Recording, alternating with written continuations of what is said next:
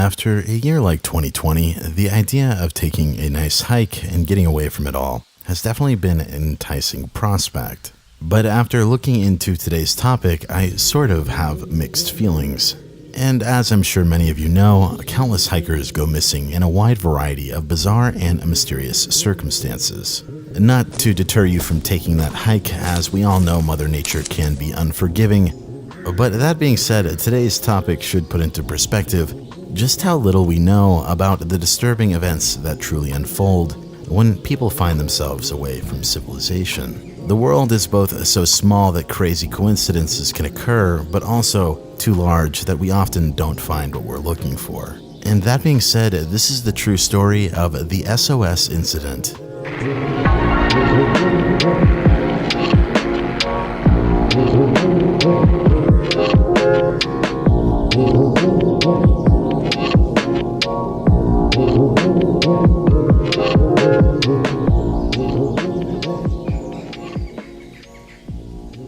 On July 24th, 1989, two men had gone missing from Daisetsuan National Park in Japan.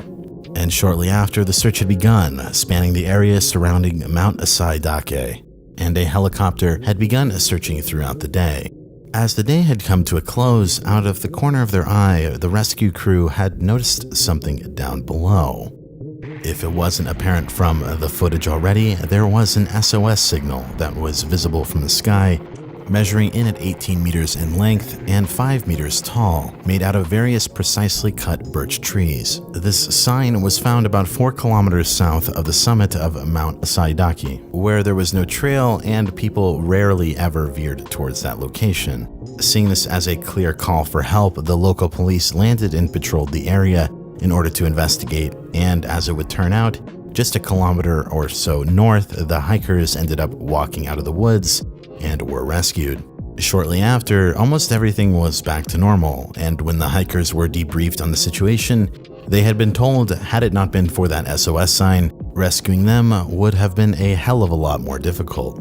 When the hikers were told this, they were puzzled because they had never created any SOS sign. In fact, they had no idea what the police were even talking about, making their initial rescue an insane coincidence that would lead investigators down an entirely separate mystery. Because if they never made that sign, who did?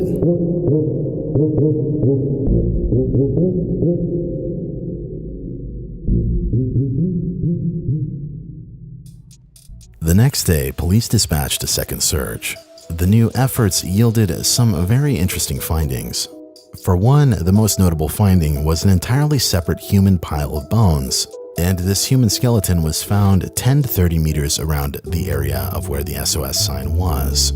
To note some of the condition of the bones there, some of them had gnaw marks on them, likely due to wild animals in the area, and some of the bones were broken as well, indicating that whoever this was may have undergone some major injury. However, this wasn't the only thing found in the second search.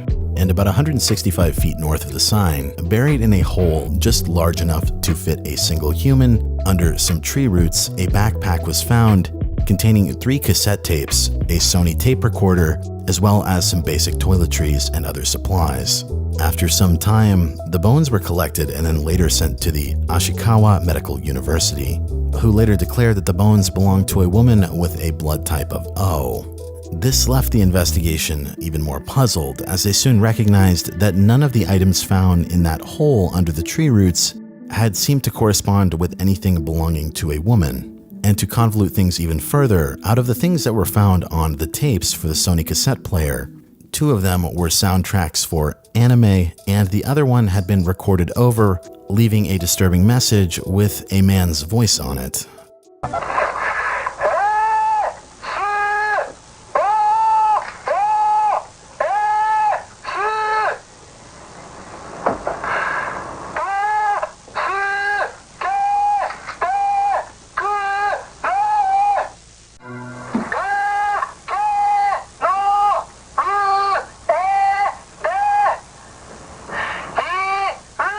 死者の声から8年、最終鑑定の結果、白骨遺体は男性で SOS の声と同一人物であることが分かった。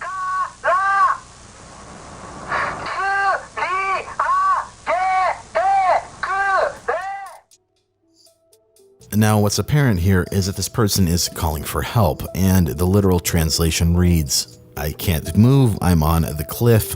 SOS, help me. I can't move on the cliff. SOS, help me. The place is where I met the first helicopter. I can't go up deeply, Sasa. Lift me up from here." Now, I apologize if the translation is a bit rough. However, this person appears to be calling for help on a cliff. And in case you're unfamiliar with what Sasa is, it is a type of dense bamboo, which makes the context of this recording even more confusing. Because this person appears to be on a cliffside in this recording, however, this was found in the lower trenches of a valley. Continuing on, one item that was found that I haven't mentioned yet in that pile of belongings was an ID card of a hiker that had gone missing about 5 years prior, and this man's name was Kenji Iwamura. I will note that finding anything definitive on Mr. Iwamura or the circumstances surrounding his disappearance is incredibly difficult. The Japanese reporting on the situation redacts his name in every public mention of this case, and only a single story from the Associated Press at the time this event took place in an American newspaper even bothers to name him. All I can say definitively about this guy is that he liked anime, he was an office worker, and he was staying at a hostel, and it seems the only reason people knew he went missing was because he didn't show up for work a week later.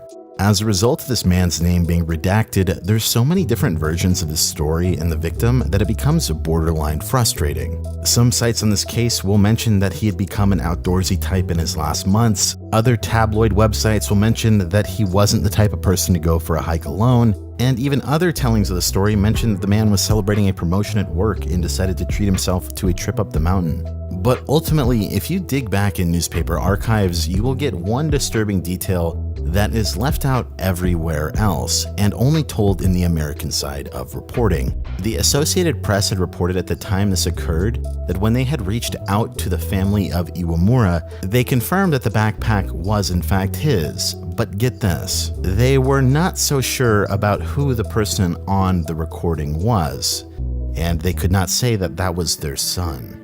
So we have a pile of bones, a missing hiker's backpack, a recording from another person asking for help in that backpack, and an SOS sign made out of birch trees that was somehow made by a person who may or may not have had broken bones at the time of the sign's creation. Not to mention these trees were cut, however, there was no axe or anything of the sort that could be found in the local area. So naturally you have to ask, what the hell happened on this mountainside?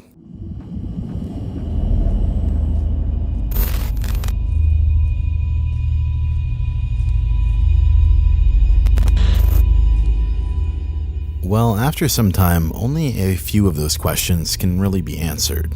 The first course of action was to figure out what time that sign had appeared, and a local newspaper had reported that on the 28th, it was found that the letters SOS were reflected in the aerial photograph taken by the Forestry Agency in the Geospatial Information Authority of Japan on September 20th, 1987, to create a map. This photo was taken from a point about 3,700 meters above the sky. In the photo, the width of the letters SOS is about 0.9 millimeters. The first S is a little unclear and difficult to understand, but the last S can be confirmed. It's barely noticeable in the photo, but it's clear to the naked eye. The agency and others that take aerial photographs take it every 5 years. Keep in mind this was roughly translated, and I did look for the specific photo that they're referring to, but I don't know if this was released publicly. But this does mean that the sign was potentially undetected for some time past in 1982, and while this seems to match up with the timeline of Mr. Iwamura, what couldn't be explained at the time was the woman's bones that were found.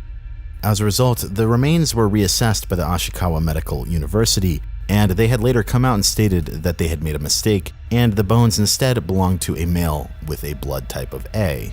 This was enough for investigators to deduce that this was Mr. Iwamura, and with no deliberate signs of foul play, the case was closed. However, that's not to say that all of our questions could be fully answered.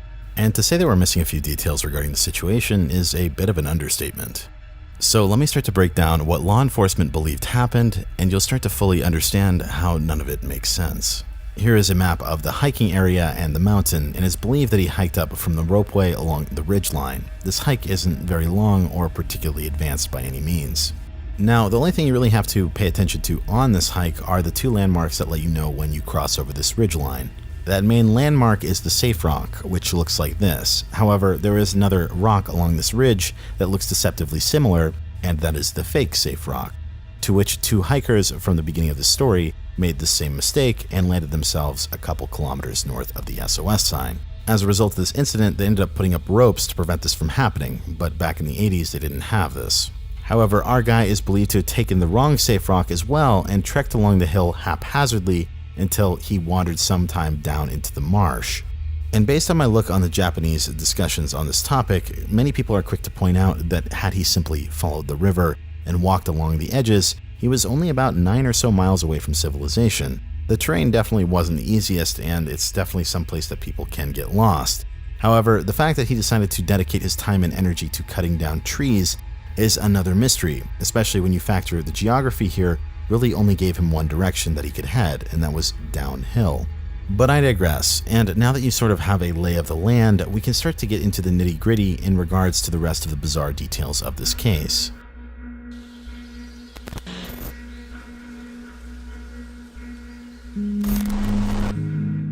So let's start with the recording. Like I said, it's really bizarre that the parents weren't certain that that was their son on the recording, and I've yet to find any amendment to this initial statement. You'd think that a parent would be able to recognize their son's voice without much hesitation, but it is worth considering this only appears in the American reporting of the situation, and perhaps they didn't get all of the details right.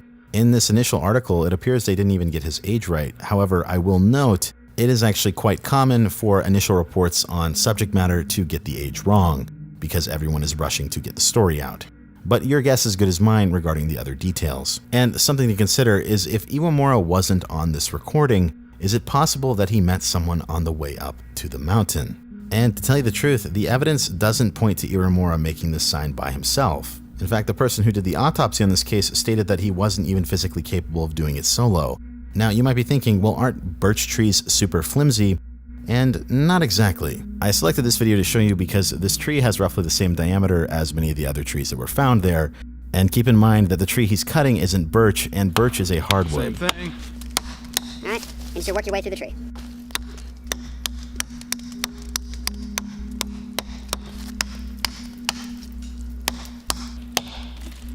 And I already mentioned this, but he never brought an axe with him or a knife, so it wasn't even fully clear how 19 birch trees were chopped and moved 100 meters into the clearing.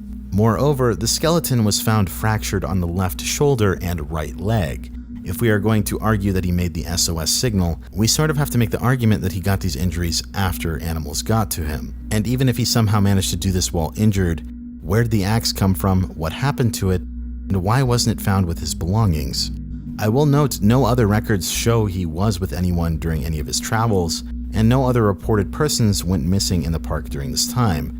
But that's not to say something like this couldn't go unreported. And furthermore, you have to ask, if this guy had the strength to build an SOS sign, why wasn't he able to go down the mountain? Like I said, this area isn't super remote. In fact, where he was located basically only gave him the option to follow the river that leads directly to civilization at around 8.5 miles or so. Now, once again, you could say that he had broken bones so he couldn't go down the river, and while I totally understand that people with their life at risk probably aren't going to be thinking 100% clearly, the fact that police closed this investigation without understanding what happened to the axe is sort of questionable. This mystery has a catch-22 at almost every single theory, and usually when you have situations like that, you're missing some details, and 5+ years of this site being left to the elements doesn't help either. So things can easily go missing. Perhaps there's more to the site that's waiting to be unearthed. Getting back to the recording, however, many people have theorized that the man may have used the cassette player as a way of calling for help if he was out of breath and lost his voice. After all, the battery would outlast you yelling. However, one thing that some of the people on the Japanese side of discussion have pointed out is that there's almost no background noise on the recording.